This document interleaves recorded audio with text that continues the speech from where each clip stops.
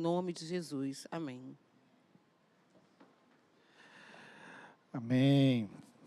Palavra de Deus, Gênesis capítulo de número 33.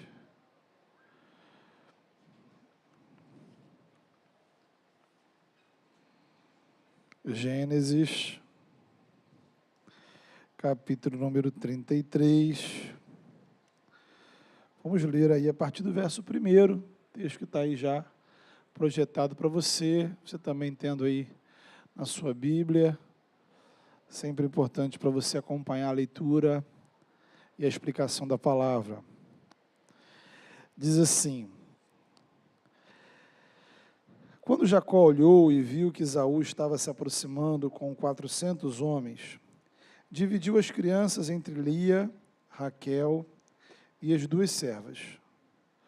Colocou as servas e os seus filhos à frente, Lia e seus filhos depois, e Raquel com José por último. Ele mesmo passou à frente, e ao aproximar-se do seu irmão, curvou-se até o chão 7 vezes. Mas Esaú correu ao encontro de Jacó e abraçou-se ao seu pescoço e o beijou. E eles choraram. Então Esaú ergueu o olhar e viu as mulheres e as crianças e perguntou: quem são estes? Jacó respondeu: são os filhos que Deus concedeu ao teu servo. Então as servas e os seus filhos se aproximaram e se curvaram.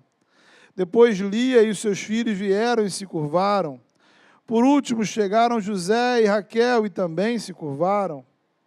Esaú perguntou: o que você pretende com todos os rebanhos que encontrei pelo caminho? Ser bem recebido por ti, meu senhor, respondeu Jacó. Disse, porém, Esaú: eu já tenho muito, meu irmão. Guarde para você o que é seu. Mas Jacó insistiu: não, se te agradaste de mim, aceita este presente de minha parte, porque ver a tua face é como contemplar a face de Deus. Além disso, tu me recebeste tão bem. Aceita, pois, o presente que te foi trazido, pois Deus tem sido favorável para comigo, e eu já tenho tudo o que necessito. Jacó tanto insistiu que Esaú acabou aceitando. Então disse Esaú: vamos seguir em frente, e eu acompanharei. Jacó, porém, lhe disse: meu senhor, sabe que as crianças são frágeis e que estão sob os meus cuidados, ovelhas e vacas, que amamentam suas crias, se forçá-las demais na caminhada, um só dia que seja, todo o rebanho morrerá. Por isso, meu senhor, vai à frente do teu servo, e eu sigo atrás devagar, no passo dos rebanhos e das crianças, até que chegue ao meu senhor em Seir. Esaú sugeriu: permita-me então deixar alguns homens com você. Jacó perguntou: mas para quê, meu senhor? Ter sido bem recebido já me foi suficiente. Naquele dia, Esaú voltou para Seir. Jacó, todavia, foi para Sucote, onde construiu uma casa para si e abrigos para o seu gado. Foi por isso que o lugar recebeu o nome de Sucote. Tendo voltado de Padã Arã, Jacó chegou a salvo à cidade de Siquém, em Canaã, e acampou próximo da cidade. Por 100 peças de prata, comprou 2 filhos de Amor, pai de Siquém, a parte do campo onde tinha armado o acampamento. Ali edificou um altar e lhe chamou Elohé e Jael. Amém. Queridos, o livro de Gênesis tem nos colocado diante de histórias familiares bastante complicadas, não é? Vimos isso nas últimas pregações, vimos isso hoje de manhã, e a gente olha para Gênesis e olha para a nossa sociedade, para o nosso tempo, para a nossa cultura, e parece que Gênesis reflete o pior que existe no nosso tempo e no nosso mundo. A gente já passou pelo assassinato de Abel, pelo seu irmão Caim, a violência de Lameque, a maldade que levou ao dilúvio, a degeneração de Sodoma e Gomorra, os casamentos problemáticos de Abraão e Sara, Jacó e as suas esposas, e por aí vai. Agora, no meio de toda essa confusão familiar, de relacionamentos, nós temos a manifestação do reino de Deus. O que temos em Gênesis é uma amostra do que a Bíblia toda vai nos apresentar, que é o que a gente chama de história da salvação. Então a gente encontra na Bíblia, por um lado, um retrato espiritual do nosso mundo, a verdade nua e crua, o pecado, a maldade, os mesmos que existem hoje e existiam na antiguidade. Agora, por outro lado, damos esse nome de história da salvação porque, no meio de toda essa confusão humana, Deus está intervindo, Deus está agindo, o reino de Deus se manifesta, a graça de Deus se manifesta, Deus intervém. Então, quando a gente fala das características do reino de Deus, dos valores do reino de Deus, dos princípios do reino de Deus, nós não estamos pensando em coisas para o céu, para depois a morte. São realidades espirituais que Deus nos revelou e nos desafia a vivê-las. Portanto, a história bíblica nos ajuda a identificar essas realidades que, assim como no passado, devem ser vividas. Em qual sociedade? Na ideal? Não. Nesse mundo complicado, caótico, difícil. Então, temos aqui um pequeno vislumbre do que significa reino de Deus no aspecto da reconciliação. Vamos à história que você já conhece, talvez, possivelmente. Jacó e Esaú eram irmãos. Mas a história deles foi marcada por muitos problemas. Esaú era o primeiro filho, o primogênito. Tinha direitos especiais por isso. Por 2 vezes, Jacó agiu para roubar esse direito. Na segunda vez, Jacó mentiu ao seu pai, que já estava no leito de morte. Gênesis 27 vai dizer que Esaú chorou amargamente a traição do irmão. E lá no versículo 41 de Gênesis 27 vai dizer assim: passou Esaú a odiar Jacó e disse, veja só o que ele disse: após a morte do meu pai, eu matarei meu irmão. Esaú jurou matar Jacó. Vou acabar com a vida desse enganador, ladrão de bênçãos. Esaú não fez segredo dos seus planos. Sua própria mãe ficou sabendo e rapidamente agiu para mandar o seu irmão para longe, para protegê-lo da ira do seu irmão. E essa é a última informação que nós temos sobre Esaú, lá no capítulo 28. E o livro de Gênesis vai seguir contando a história de Jacó. Jacó se casa, vai para a casa lá do seu tio Labão, se casa, tem vários filhos, e lá se passam uns 12 anos, uns 20 anos. E agora, Jacó está voltando, ou melhor, está indo construir uma casa para uma terra, ou numa terra, para ele. E a gente chega à seguinte informação: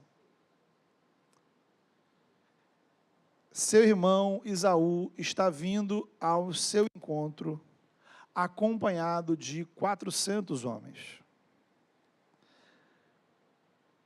Então, nesse ponto de Gênesis 32, a Bíblia relata que Esaú ou que Jacó teve medo. Após 20 anos, será que o seu irmão ainda o odeia? Será que o seu irmão ainda planeja matá-lo? E aí, você? Se fosse o seu caso, 20 anos, seriam suficientes para você perdoar uma traição?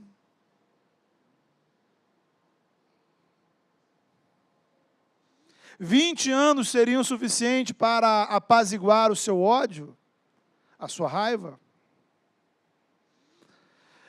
Jacó não tinha como saber. E ele ora: Senhor, não deixe meu irmão matar a mim nem a minha família. E ele começa a tomar providências. O que nos leva, queridos, à nossa primeira reflexão. A ilusão de que os bens materiais podem resolver os problemas do coração. Já falamos disso um pouco no último domingo. Veja você. Jacó preparou esse encontro com o irmão dele está vindo. Ele sabe que o irmão está vindo ao encontro dele. E ele está indo na direção do irmão. O que ele faz? Vou mandar presente para o meu irmão, antes de eu encontrá-lo. Primeiro ele manda 200 cabras, 20 bodes, 200 ovelhas, 20 carneiros, 30 fêmeas de camelo com seus filhotes, 40 vacas, 10 touros, 20 jumentos, quase um zoológico. 6 rebanhos diferentes, para tentar quebrar emocionalmente Jacó. Então a lógica por detrás da ação de Jacó, ela continua presente em nossa mentalidade. É a lógica, por exemplo, dos pais que tentam suprir a ausência e falta de carinho com presentes. É a lógica dos homens que acham que a única coisa que importa para impressionar uma mulher tem a ver com o dinheiro que eles estão dispostos a pagar. É a lógica das mulheres que se deixam impressionar, não pelo caráter, mas pelo bolso dos homens que se interessam por elas. É a lógica de uma sociedade que ensina que o verdadeiro amor é demonstrado pelas coisas que você compra. Então nós somos constrangidos por essa cultura, por esse pensamento. A intensidade do amor é medida pela intensidade do investimento financeiro. E veja, inconscientemente nós ensinamos isso aos nossos filhos, que vão reproduzir essa mentalidade nos seus relacionamentos amorosos. Então você cria seu filho, ensinando o quê? Que o seu amor por ele tem a ver com o preço dos presentes que você dá, as coisas que você compra.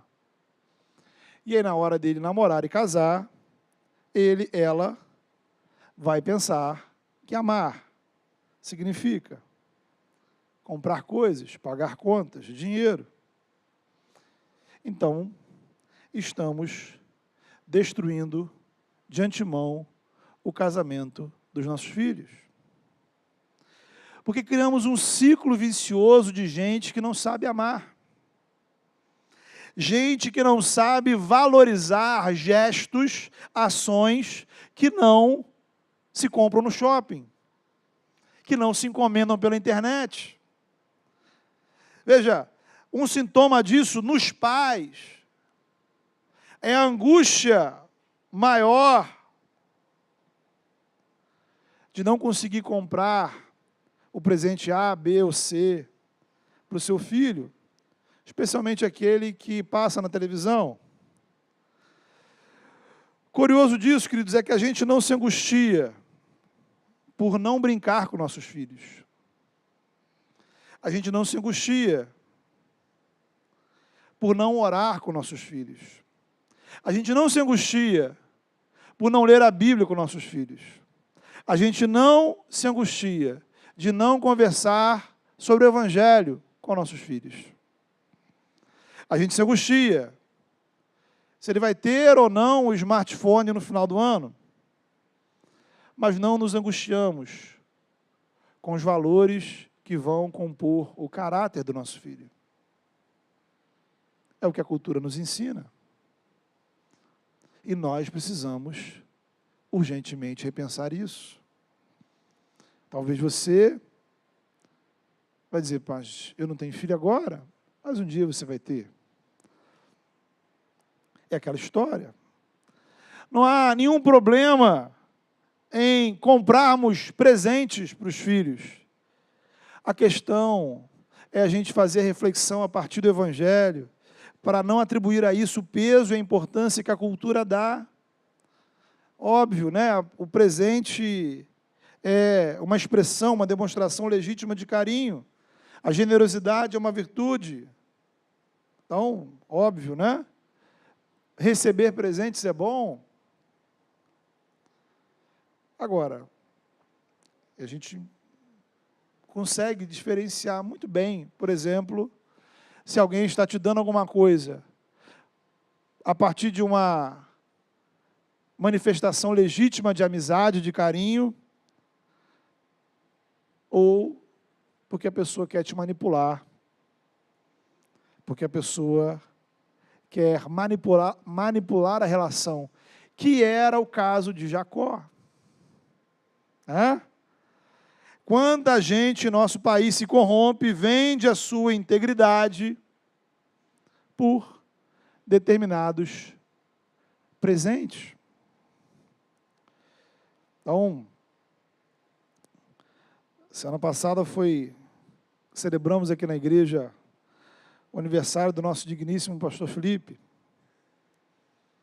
E eu sou o primeiro a dizer aos presbíteros, precisamos comprar um presente para ele. E compramos. Eu fiquei feliz porque outros irmãos, além do conselho, presenteou o pastor. Isso é ótimo. Agora, o amor, o carinho, o reconhecimento não dependem disso. A importância dele na igreja não depende disso. Seria uma coisa absurda a gente medir a importância do pastor pela quantidade ou pelo valor dos presentes que ele recebe. Mas veja que, às vezes, assim, nós nos avaliamos como pais. Ou assim que a gente avalia os pais. Os bons pais certamente não são os que compram os presentes mais caros. A criação de um filho não pode ser medida pelo presente que a gente compra. Assim como o sucesso de um casamento não é medido pelas coisas que compramos ou pelo patrimônio que construímos. Na verdade, muitos casais passam a vida investindo naquilo que vão dividir no divórcio. A gente divide 3 coisas no divórcio. A gente divide os filhos, a tristeza e os presentes que ganhamos. Talvez você esteja apenas investindo no seu divórcio. O que a gente não divide no divórcio?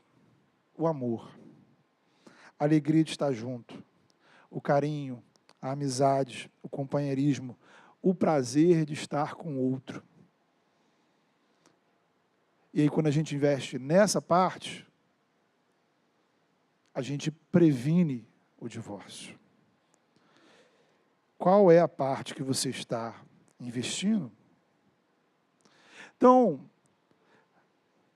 nossa primeira reflexão é a gente superar essa ilusão de que iremos resolver os problemas do coração, os problemas de relacionamento, por meio do dinheiro, por meio de bens materiais, por meio de uma conta financeira.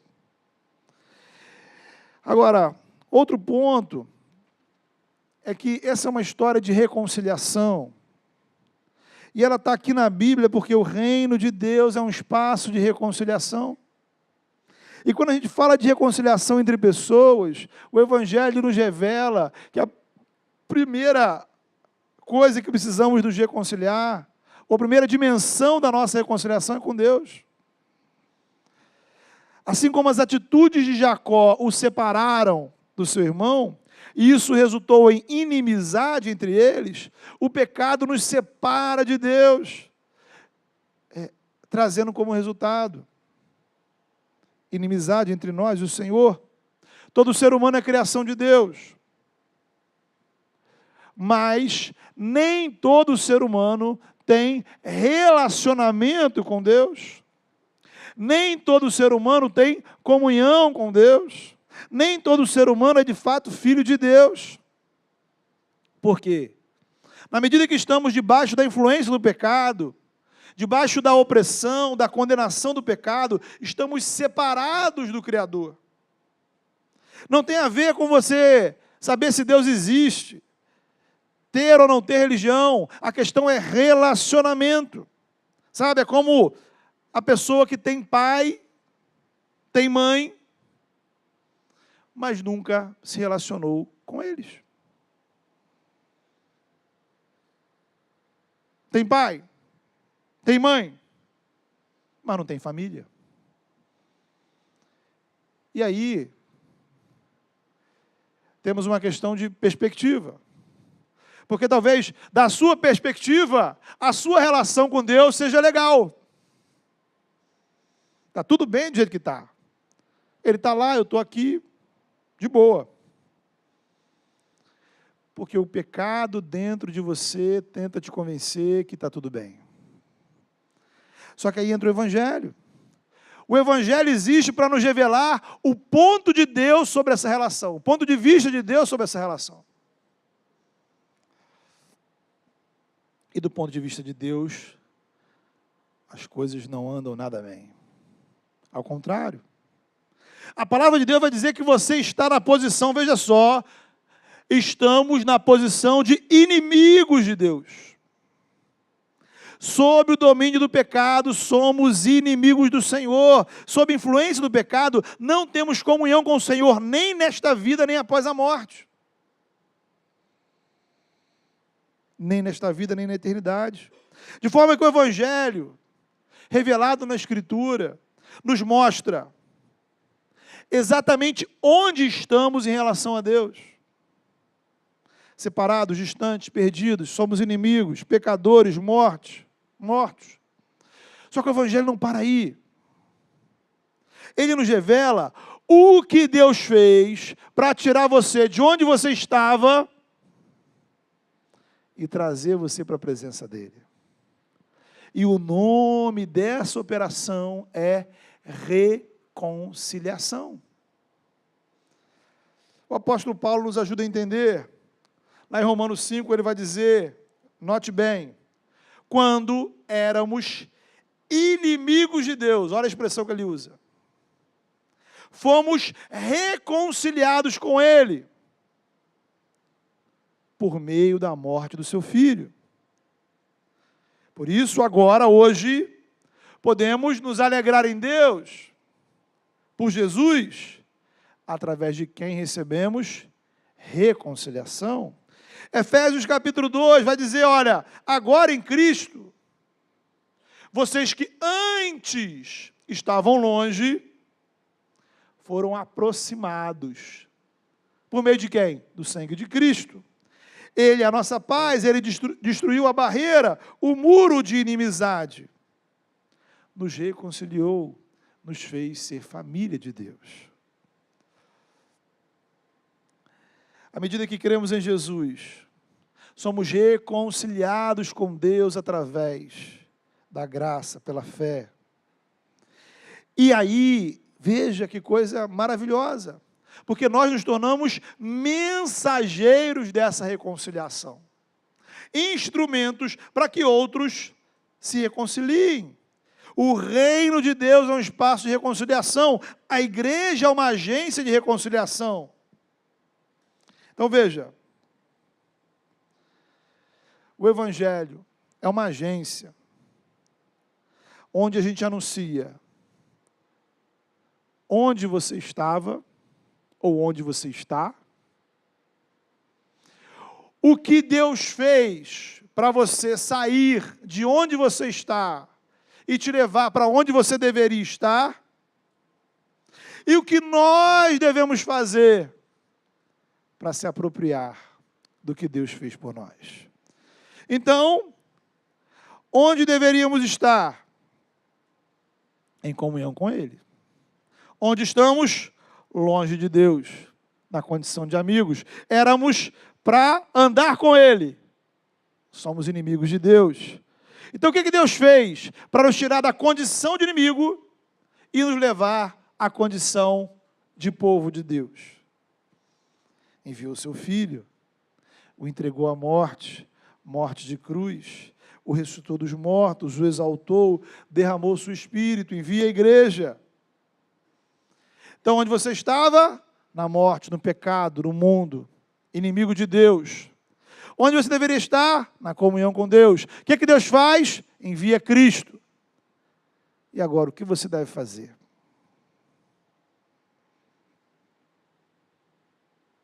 Acreditar, confiar, confessar Jesus como seu único e suficiente Salvador. Se batizar, fazer parte do povo de Deus.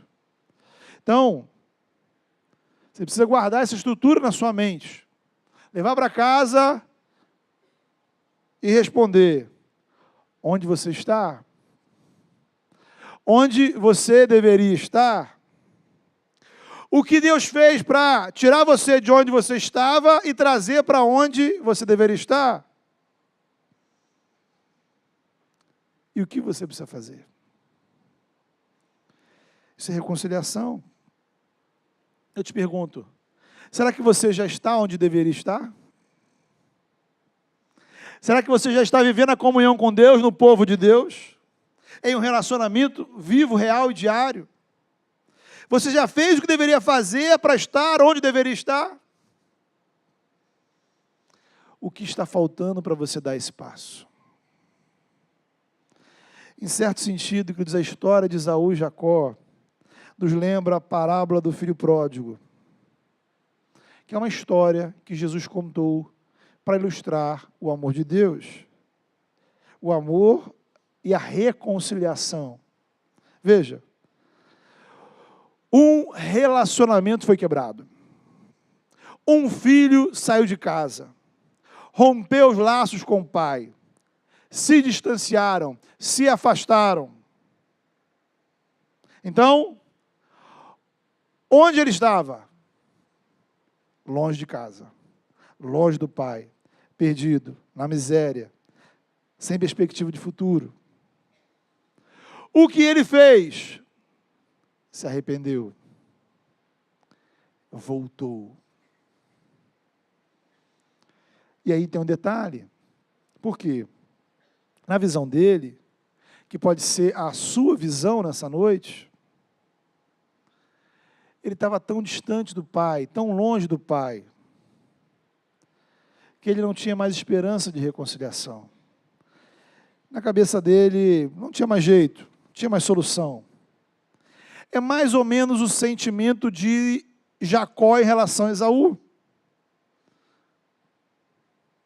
Para ele, se seu irmão não matasse, já seria suficiente. Ele não tinha qualquer expectativa de retomar a comunhão, o relacionamento com seu irmão. O filho da parábola que Jesus contou queria ser recebido na casa do pai apenas como um empregado. Bastava. Ele já não sentia filho. Assim como Jacó já não mais sentia irmão. Contudo, tanto o filho da parábola quanto Jacó tiveram uma surpresa. Não aconteceu do jeito que eles estavam esperando. E aí nós chegamos no ponto máximo da nossa passagem. Lá em Lucas 15, vai dizer que, nessa história contada por Jesus, quando o filho, aliás, quando o pai avista o seu filho, ainda de longe, o seu coração se encheu de compaixão. E ele correu ao encontro do seu filho, e o abraçou, e o beijou. Versículo 4 do nosso texto. Quando Esaú avistou Jacó, correu ao encontro dele, o abraçou e o beijou. E ambos choraram juntos. Então, meu irmão, minha irmã, não importa quão distante você esteja do Senhor. Não importa quão pecador você se sinta.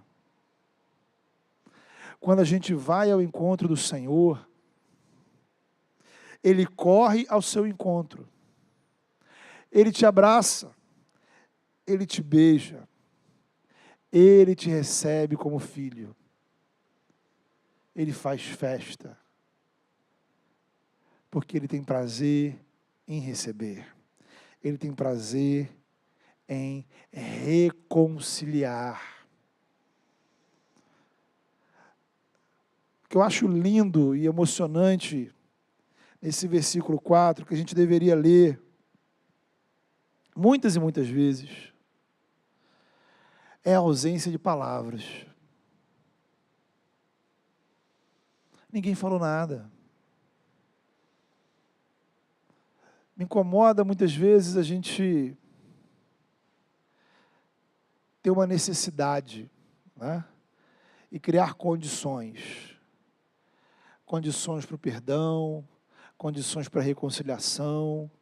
Se pedir desculpas, se fizer isso, se falar aquilo, se reconhecer, se admitir.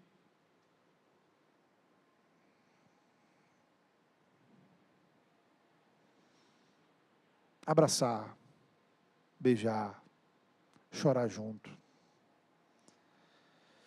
Mas como é que Deus vai me abraçar e me beijar? Você pode perguntar, né? Aí entra a igreja como espaço de reconciliação. Somos o lugar em que pecadores são abraçados e beijados.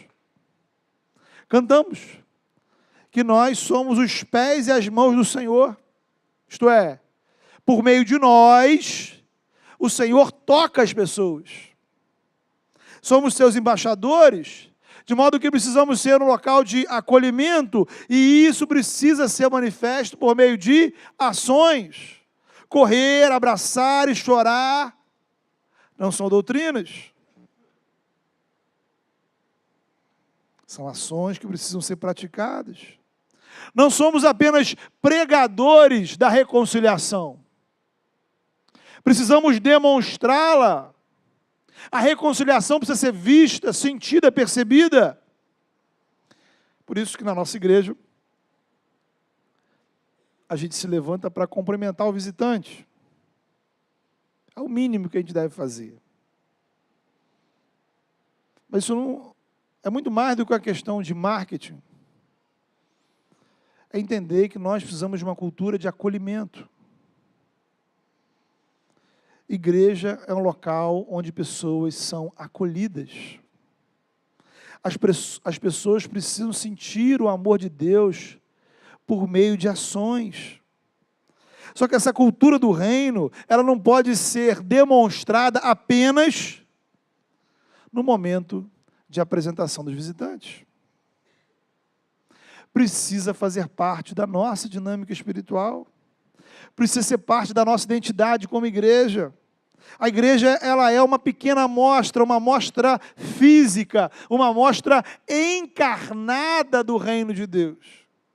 As pessoas precisam enxergar os princípios do reino em nossas ações e relações. Uma coisa que eu vou dizer para você pensar. Quando nós oferecemos o evangelho às pessoas, irmãos, nós estamos nos oferecendo a elas. Sabia disso? Quando você oferece Jesus para alguém, você está se oferecendo para ser irmão e servo daquela pessoa. Ao oferecer o evangelho, oferecemos Cristo. oferecemos o corpo de Cristo, oferecemos salvação, e oferecemos participação na comunidade de fé. Por isso, a forma como vivemos é tão importante.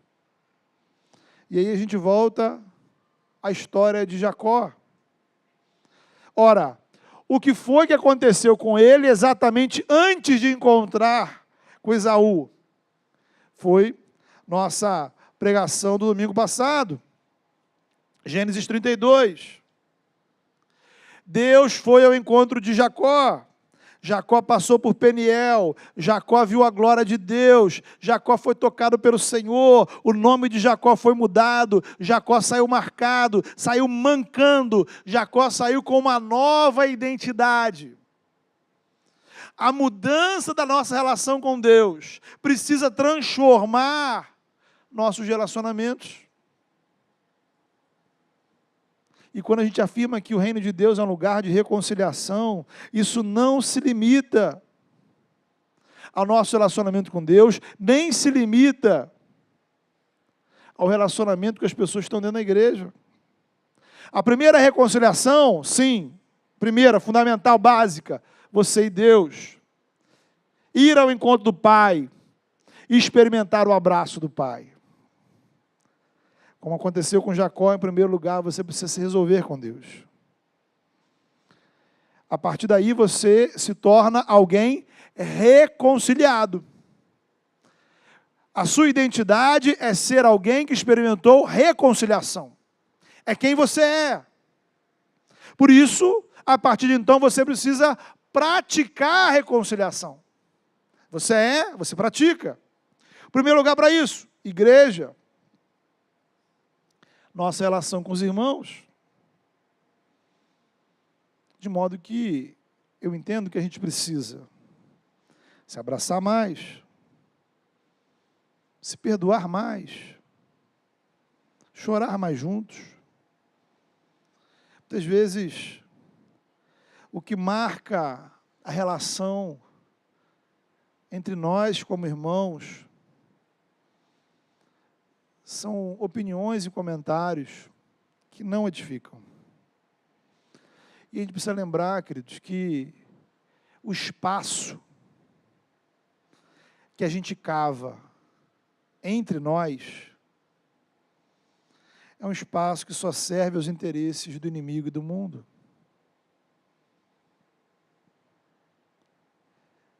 A gente precisa gastar o nosso tempo, a nossa energia em semear o Evangelho no coração dos irmãos e motivá-los ao serviço do Senhor. Infelizmente, muitas pessoas colocam suas línguas, suas mentes, a serviço de uma semeadura do mal.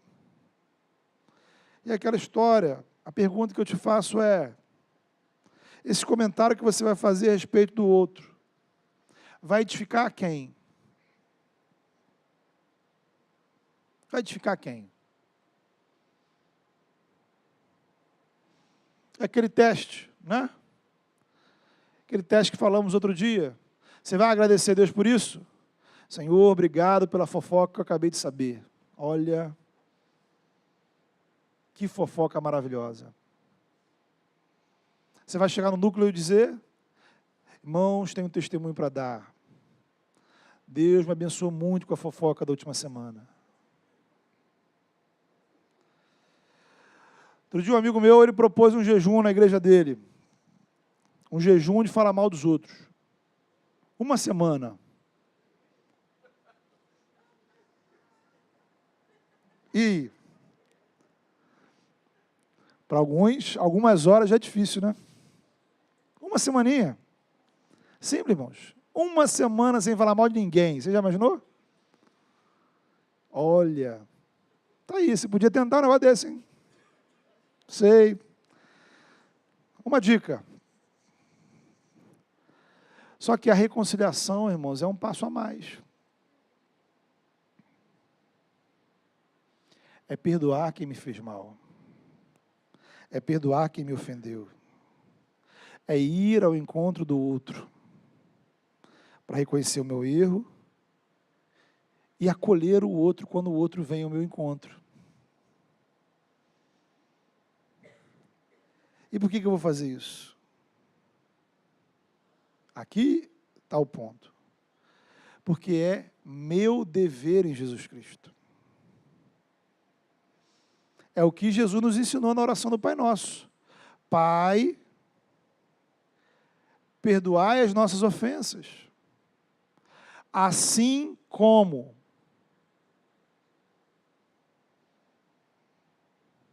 a cultura do reino a que pertencemos é uma cultura, é um espaço onde a gente lava os pés uns dos outros. Quando Jesus lavou os pés dos discípulos, ele disse: fiz a vocês, vocês precisam também fazer uns aos outros. É a cultura da ceia do Senhor. Esse momento. O pão que você come, o vinho que você bebe, não tem a ver com você ser crente, simplesmente. Tem a ver com você fazer parte de uma igreja, de um corpo. E essa igreja, esse corpo, faz parte também daquela pessoa que você fala mal. Faz parte também daquela pessoa que você detesta no coração. Então tem alguma coisa errada quando a gente come o mesmo pão, quando a gente bebe o mesmo vinho, quando a gente senta na mesma mesa. E a gente tem dificuldades uns com os outros. No Evangelho, nós recebemos apenas recursos para o relacionamento com Deus, somos perdoados para perdoar, reconciliados para reconciliar. É o nosso ideal de igreja, queridos. Nosso projeto de igreja não é apenas ser um lugar que tem uma pregação correta e bíblica.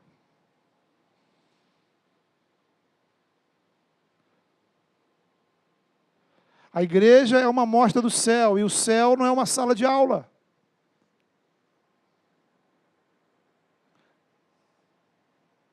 O projeto de igreja é sermos uma comunidade que encarna os valores do reino. Então a igreja ela não começa e termina no púlpito. A igreja não começa e termina em você ouvir belas pregações. É parte dela, mas não é o que ela é, tão somente. Precisamos ir além disso. Precisamos pensar mais. Naturalmente, a gente não pode limitar esse pensamento às paredes da igreja. O Evangelho nos impulsiona ao perdão e à reconciliação, inclusive, com os nossos familiares que nos fizeram mal. O Evangelho nos impulsiona ao perdão e à reconciliação, inclusive, daqueles amigos que nos fizeram mal. Ah, pastor, isso é muito difícil. É verdade, eu sei. Também é para mim. Mas não podemos fingir que essa não é a verdade do Evangelho. Também não podemos fingir que não recebemos recursos espirituais para isso. Podemos ser honestos e simplesmente reconhecer. Não, pastor. Não, Senhor, eu não estou fazendo isso. Eu não estou cumprindo o que eu deveria cumprir. Eu não estou vivendo o Evangelho como deveria viver. Então, querido, eu queria te convidar a repensar, sabe? A repensar os seus relacionamentos.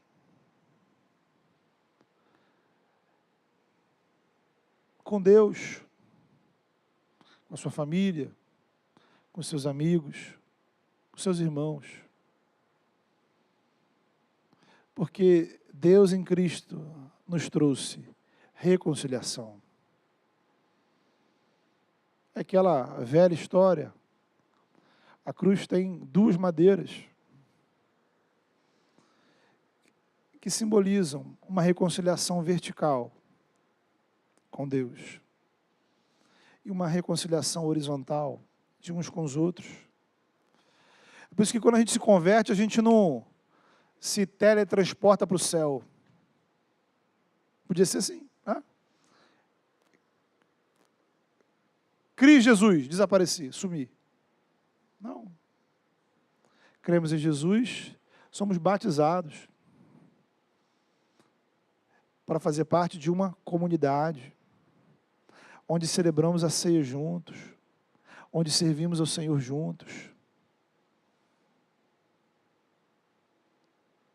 A pergunta é, como andam os seus relacionamentos? Feche seus olhos, fale com o Senhor,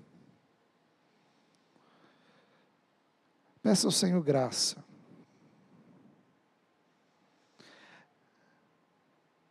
Seja honesto com o Senhor e coloque diante dele os seus sentimentos. Relacionamentos que foram quebrados, mágoas, tristezas que você traz no coração, marcas que você traz na sua vida. Talvez na sua casa, talvez na sua família. Peça ao Senhor para limpar o seu coração. Peça ao Senhor para te dar graça, para você exercitar o perdão.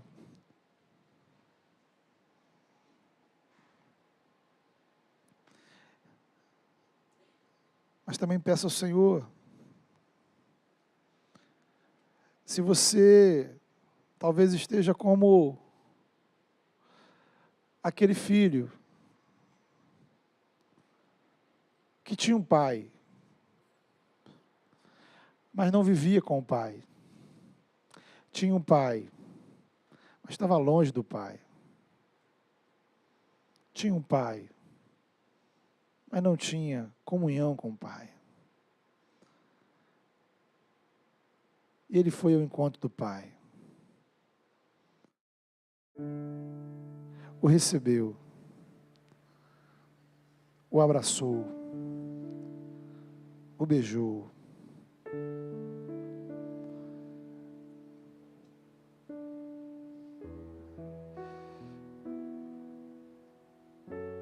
Às vezes, como Jacó, nós ficamos com medo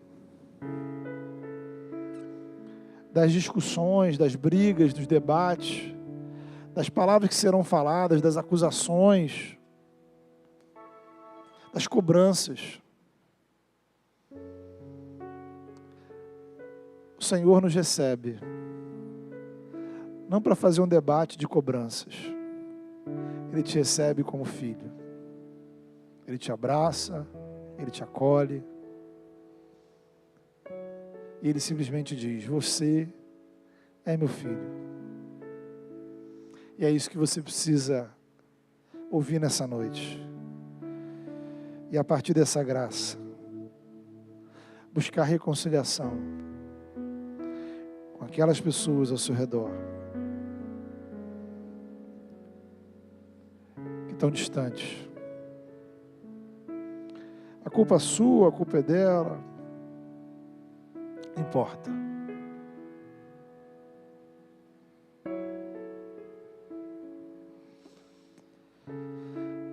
Senhor, em nome de Jesus, muito obrigado, Senhor, pela Tua palavra.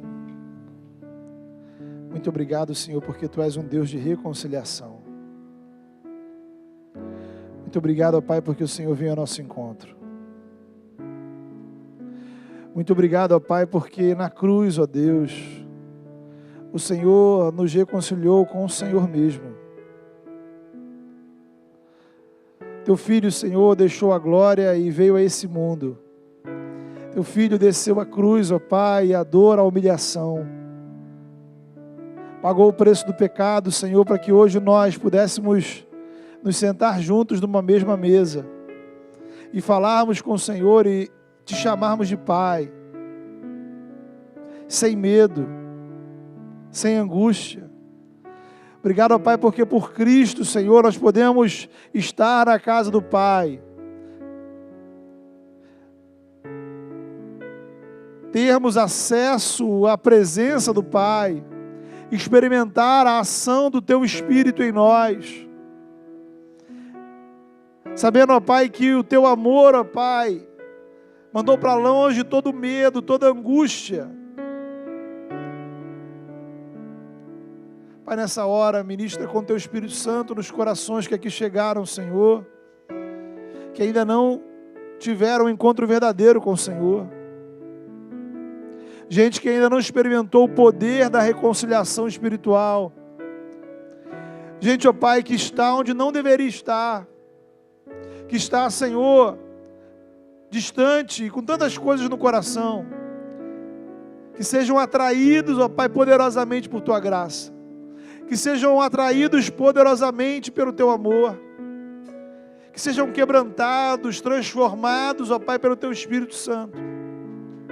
E que o Senhor leve estes corações à Tua presença. Que onde há medo, Senhor, possa haver confiança no Teu amor. Que onde há culpa, Senhor, possa haver paz no Teu perdão. Que onde há dúvidas, ó Pai, possa haver certeza, Senhor, da Tua graça. Lava, purifica, liberta, transforma, Senhor.